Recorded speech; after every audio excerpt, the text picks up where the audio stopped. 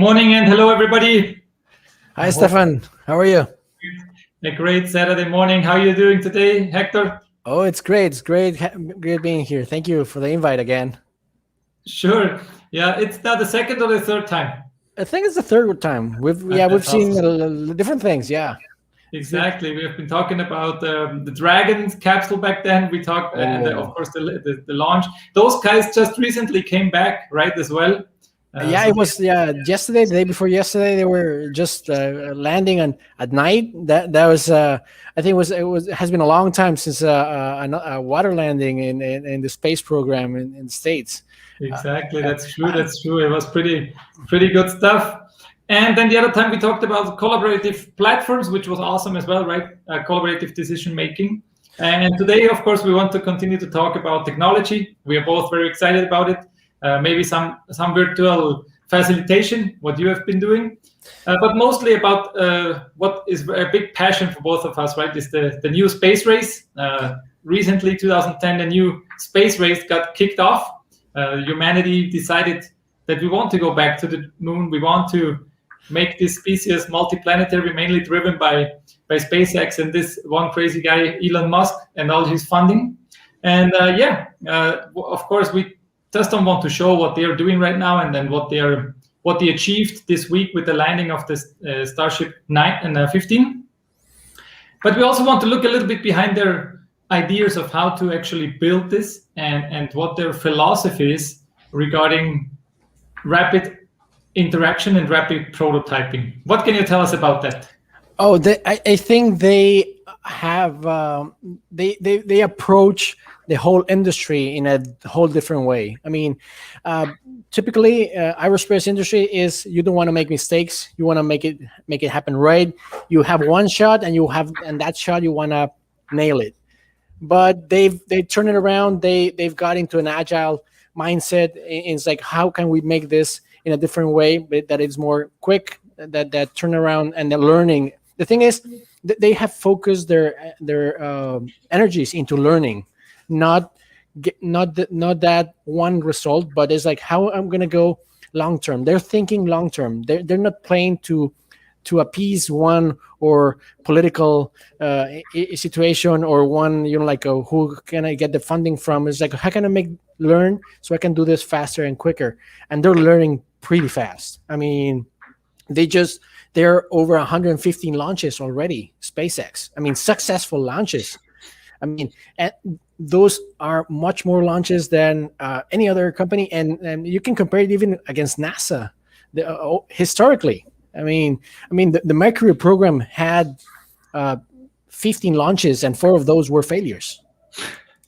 And now you think of it, they're learning and they're doing it quickly, and that's what I mean. It's much more than technology. Their culture is putting them ahead of the competition. That's really interesting. So I just saw that they're planning by 2025. They are planning 3 launches per day, so 1,000 launches per year. This will give them so much data, so much learning, as you say. They will be so far ahead of everybody else. It will be incredible. And I think that's the thing with all the companies that have been launched by Elon Musk is they learn quickly. If you go back to the original companies that made him a billionaire, he makes their companies to learn. He designs the companies that they are able to learn. I mean, Tesla, same thing. SpaceX, they're learning, and actually right now Tesla, they learn through their algorithms, their AI, their self-driving algorithms. They have thousands of data points entering every single minute. I mean, every time you turn on your Tesla, it's driving information, and they are allowing to go and think and review how they're doing things and go ahead. I mean, the thing is, they are not scared of failure. SpaceX is not scared of failure. I mean, many other companies might have, but they are not. Even if you think about Blue Origin, had their first flight, I think their first launch was 1 month before SpaceX, the first. But the thing is, they stopped there. I mean, we haven't heard about Blue Origin in in years. a while. I agree. And now SpaceX is the most successful space company currently. And it's going to be like that for a while, I think. Yeah, I agree. I agree. It's going to be very hard for everybody else to catch up. So if you think about the human side, because of course it has 100% to do with human psychology. Why are we so afraid of failure, and why don't we want our prototypes or prototypes or models to fail? Why does it come from, and how can we eliminate this fear? The thing is, we have to think on managing risk, but not avoiding it. We have been taught that we have to avoid risk at all costs. And this has come from the very beginning. You have the right or wrong. You have it wrong, hey, you have a big X and you're to the back of the pack. When you think of this, you have to think of, okay, how can I learn from this experience? And failure is as any like we can get 100 quotes on how failure can help you move forward, right? But the thing is, it goes against your own nature. You don't want to mess it up, and we have a social environment that, I mean, if you fail, hey, you're gonna be kicked when you're in the ground once. Time and again. I mean, every time we've seen one of these Starship launches and failures, everybody it's a PR nightmare for everybody. And now Elon Musk is actually preempting. It's like, okay, now we're launching tomorrow. We have around 1/3 of a possibility of being successful. So he's actually managing expectations in Twitter to his millions of followers. That's interesting. So you have to manage that unreasonable expectation of being 100% successful all the time, and because it's exhausting. You don't learn from a success. You learn much more from a failure.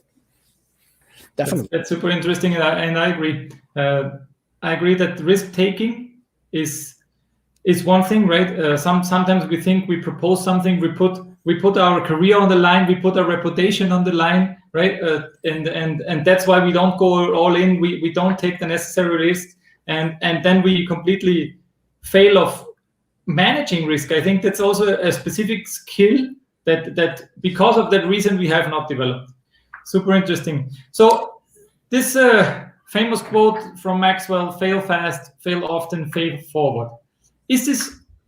Of course, it's the SpaceX and the Elon Musk company culture, but is it the right approach for all of the industries, and who gets the most out of it if they really embrace this?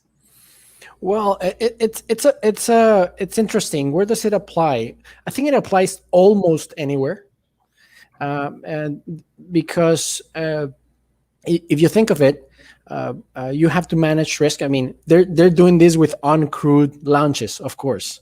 So you couldn't fail with someone on top of that spaceship. I mean, you cannot put that, because that would be completely unacceptable socially, and for any company that prides themselves on being ethical as well. But however, you have to manage risk in a way that, okay, if we fail, what's going to happen? We're going to learn.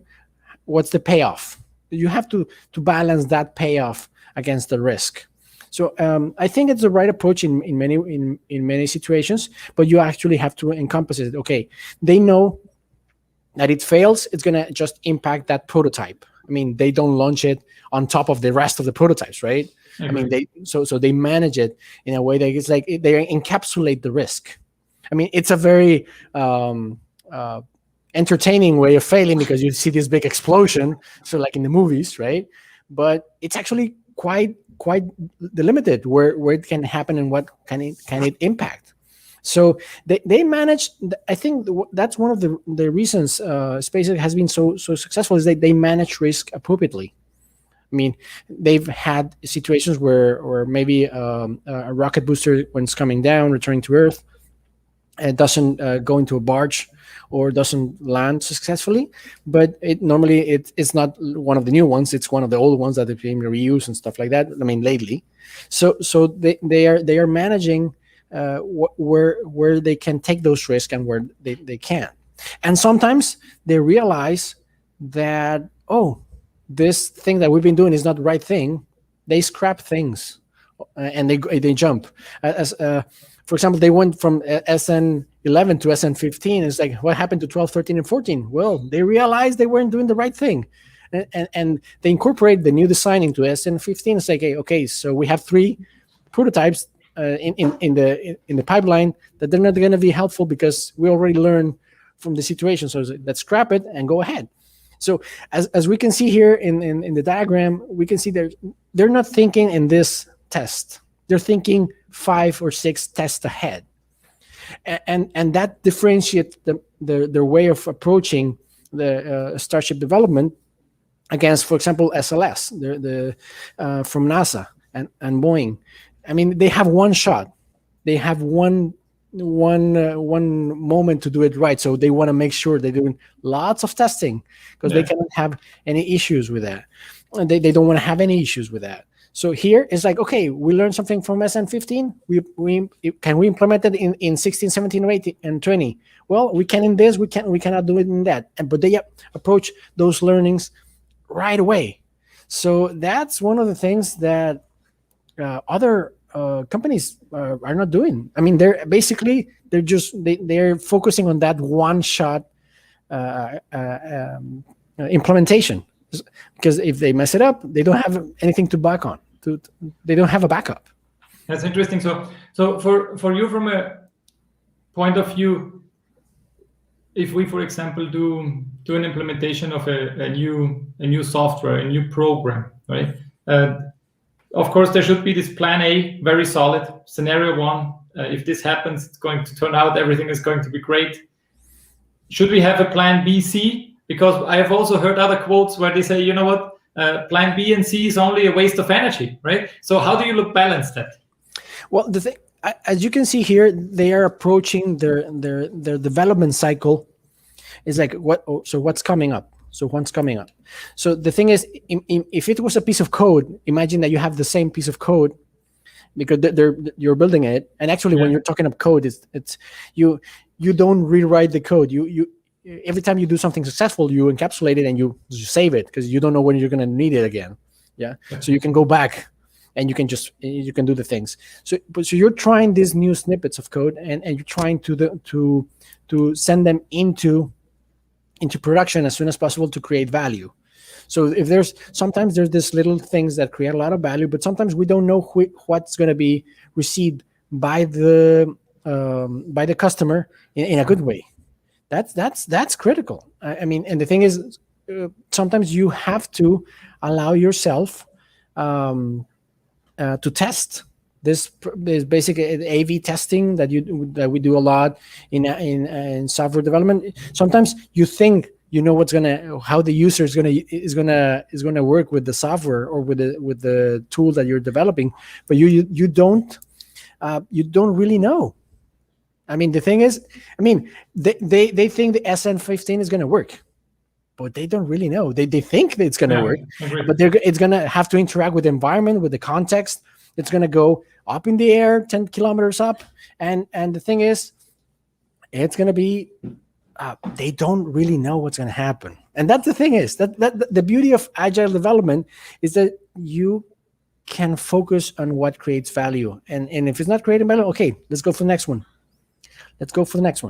So what's definitely a big advantage of this kind of approach, and when I've, for example, designed stuff or done stuff or implemented stuff, if you stop it or you scrap it and then you do it all over again, certainly the second time you design something, you build something, the second time you build a second chair, you build a second closet, right? And I know lots of people in this quarantine have been doing stuff at home, right? If it's a real pain if you do your first construction work or you try to fix something at the house, but then the second time you change an electrical contact, you're getting better, right? You're getting quicker, and specifically the time of the iterations get quicker, and you're getting better at it. So I can definitely see the advantage of time, and there is also a graph that you show where you can see the reduction in production time of those segments that they have built, because a year and a half ago those guys it took them almost a month to weld 3 of those rings together, and now they are doing it laser blast. You can see the time there. They're compressing the development time and saying, okay, and they're I mean, they're going from zero to launch in less than a month. I mean, who have thought that? The thing is, they're rethinking the way. What happens is they took a mature industry as manufacturing and say, okay, let's take assembly line manufacturing capabilities and economies of scale into the aerospace industry. The thing is, no one has ever done that. The thing is, it was the art and the artisans of aerospace engineering who create one spaceship by hand, one at a time, and it's like, okay, you can have great results, but it's basically artisan crafts. Basically, that's what the other companies are doing. Here, no, there's like, okay, how can we do off the shelf? How can we use the things that we can do? Actually, they're using the material for the was that stainless steel? Stainless steel, yeah. Right? And it's like, who does stainless steel for a spaceship? No, you need to use carbon fiber. You need to be less weight, more this and that. It's like, hey, wait. We want to master this part. Let's focus and do it cheaply. And this is enabling them to do a lot of things very quickly. Okay. I mean, if starships were done with carbon fiber, that wouldn't be just. No company would be able to do what SpaceX is doing in a cost-effective way. That's very true. That's very true, because the one missile would cost the same than 10 or 20, right? And also the manufacturing time is also much longer because of the autoclave. You need huge manufacturing equipment, and they just need guys with the welding torch, right? And even they're reapproaching the combustion engines, and because now they're using methane that burns much more cleanly, that impacts the rocket boosters even less than just using hydrogen and oxygen. I agree. So, Methalox, right? Methalox, yeah. And so they're reapproaching. It's like, how can we do this in an easier way? The thing is, there's this quote from a general. It's like the worst phrase that you can see from any leader is like, okay, we do this because that's the way that we have done it all the time. So, and SpaceX definitely doesn't know how to do things the old way. So they really they're rethinking the way they're approaching everything. And in the meantime, what happens is that the business model of SpaceX, you have to attach it to Starlink. You have to attach it to this. Okay, what can we do to keep this moving forward? It's like, so now they get this contracts with the government for the gateway, for the lunar gateway, for the lunar landings and all that stuff.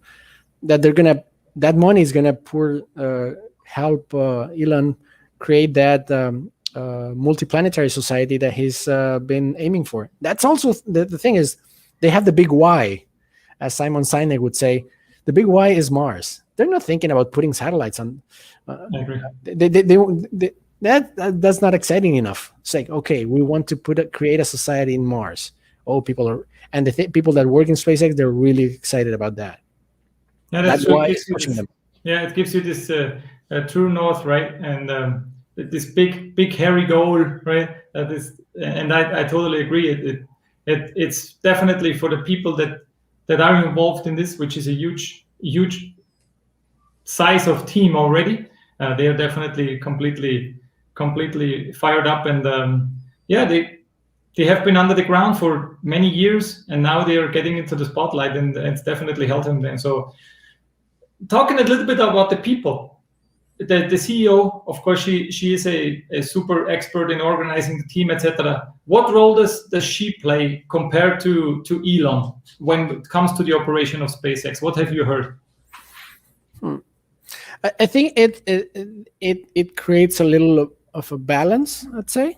I agree. Because you have this visionary that sometimes it goes way out in the. It's like, okay, yeah, and it's great because it motivates people. It's like only Steve Jobs compares in the recent times of someone as aspiring leader in a corporate environment.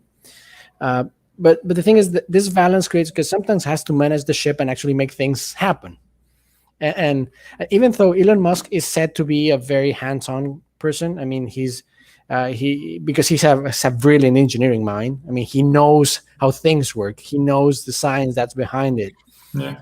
I mean, before SpaceX, he wanted to buy off-the-shelf rockets from Russia, but he couldn't do it because of regulatory issues. I mean, that's what he wanted originally. He wanted to, he couldn't had that, so he created his own rocket company. So I think you need this balance on the operation side to keep things moving, and also to ensure that you're not burning out people, because you have to think of it. SpaceX continued working when everybody else was home, so they also developed ways of working remotely that were very successful. They realized, okay, maybe we don't need to be there. I mean, if you're welding this Starship, I mean, you have to be there. There's no other way. But probably they're already thinking on how to robotize that kind of stuff. I bet you there's someone else. I mean, there are no robots big enough to do it right now, but they're already thinking how to make that happen. And probably they, I don't know, but probably before the end of the decade, probably Starships are going to be like 50% manufactured by robots. Total automated. Yeah, sure. Yeah, it's coming, and that it's their mindset of how to maximize and make it quicker. So I think this balance, you need this balance, because it's a marathon. You run in sprints, quick sprints that create value, that keep the people motivated. I mean, every time a Starship goes up and down successfully, the team feels, okay, we're doing something progress. Yeah, we're moving forward, and you need that. The team needs those successes. I mean, after after SN11, people probably were like, oh, it landed, it exploded. Damn. It's like, oh, it's so close. So close. And sometimes that so close can be very frustrating for a team, because it's like, okay, what that we need? I mean, we were so close. And actually, when you saw, if you saw the launch or the landing of SN15, you could see like the fumes and the fire after the landing. Yeah, I was thinking. I was like, oh no, another. It was like, okay, oh no, again. And I bet there were a lot of engineers that they were thinking that precisely the same thing. But it allowed them also to learn, okay, then what do we need? Yeah, probably they're already thinking, let's do something there to just some heat protection or different type of piping and plumbing.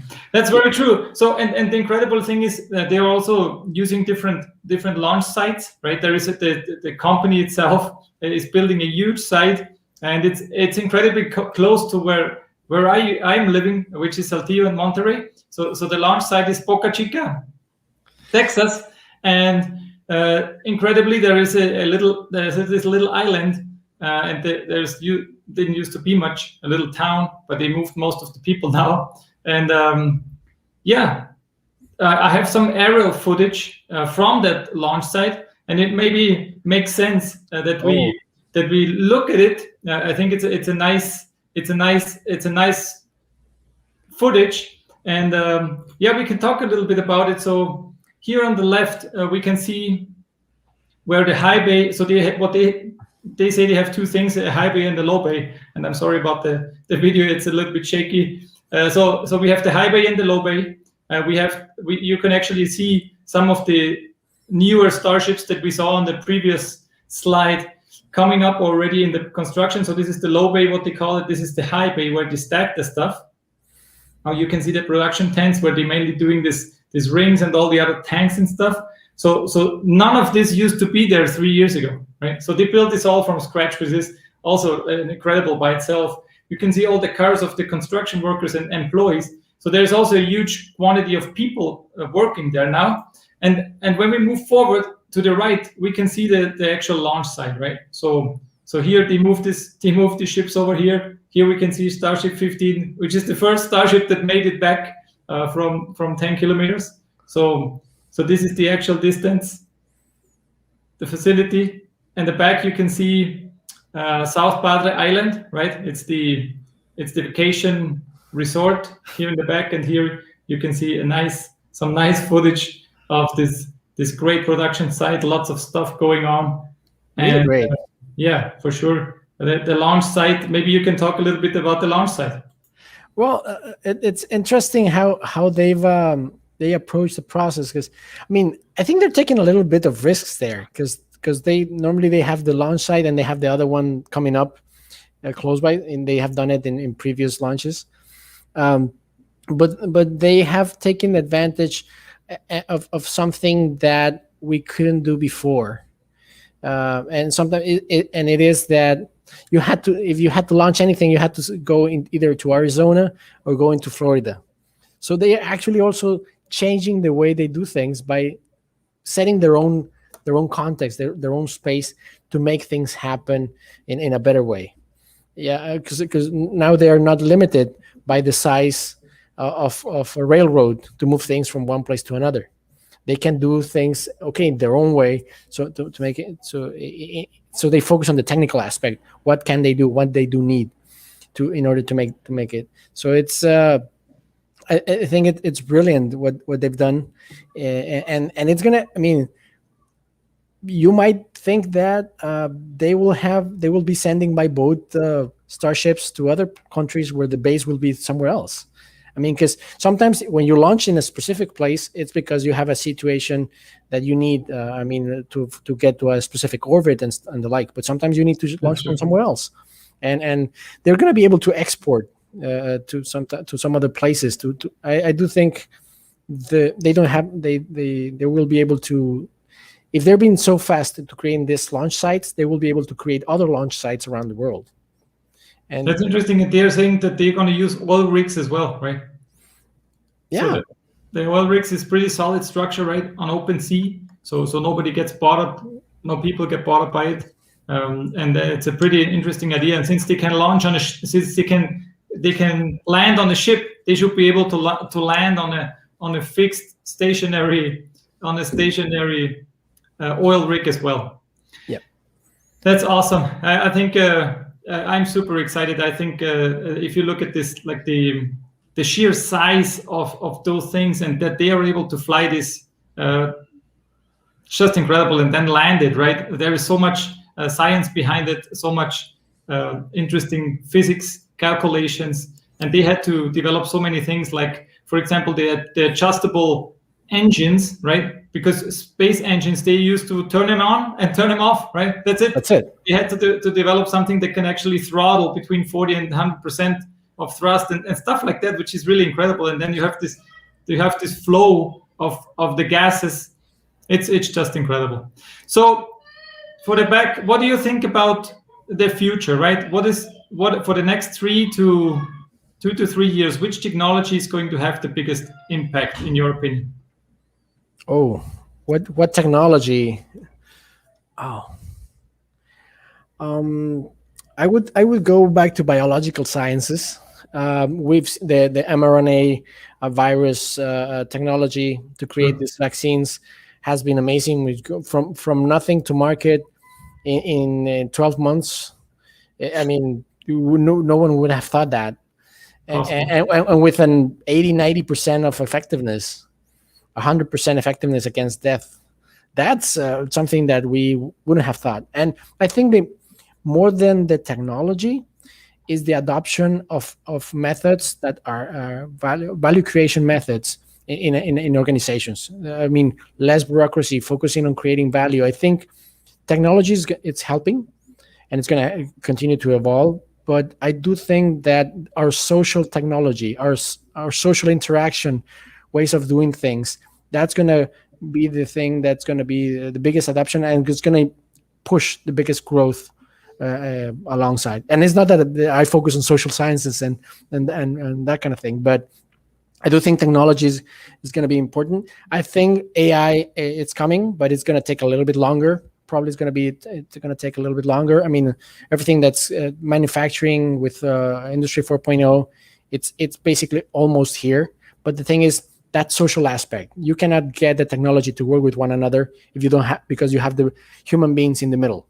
The human beings is the ones that make the connection between the different companies, between the databases, between the information. And that mindset of sharing, that mindset of transparency, of failing without thinking that you're gonna get your butt kicked, because I mean, you don't want to fail because somebody's gonna get mad at you, and it's like, oh, they don't get mad, they want me to learn. I mean, if you fail once, okay, you learn. If you fail twice, okay, you have to learn more. If you fail three times, then you're not learning. So the thing is, you create this environment of learning, of free learning, of open learning. That's going to be, I think that's going to be one of the technology adoptions that's going to be actually making a difference in our living. That's incredible, and I totally agree. Like it's what I see for the next 10 years is it's going to be much more human-centric, right? Everything is going to be much more human-centric, technology adoption, everything that we do in our society, all the gadgets, even where we're going to put our research. And of course, in the center of the human-centric approach is the human health, right? So biomedicine, biological, biotech, definitely also a very good one. And it's the first time anybody says this kind of stuff, right? Usually we come up with IE, IoT, and this kind of stuff. But I think biotech are mostly under the radar, even if we just saw one of the biggest biotech progresses with the vaccines, 10, 15 different vaccines, different technologies growing in the market over 12 months when it used to take us between 10 to 15 years. Right? So that's really true. It just happened, and we still think it's not there, right? Well, the thing is, if it's not flashy and if it doesn't explode, we don't pay attention to it. So we still like flashy things. Yeah, I agree. Awesome, Hector. Very much. Thank you very much. That was awesome, really interesting, and I always love the passion that you bring to the table, the passion about space. Of course, being able to share some of the things that are happening right now in the world.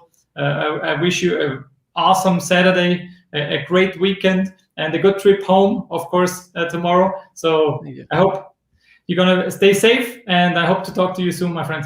You take care and enjoy the weekend, everybody. Great having me here. Thank you. Sure, man. Bye. Bye.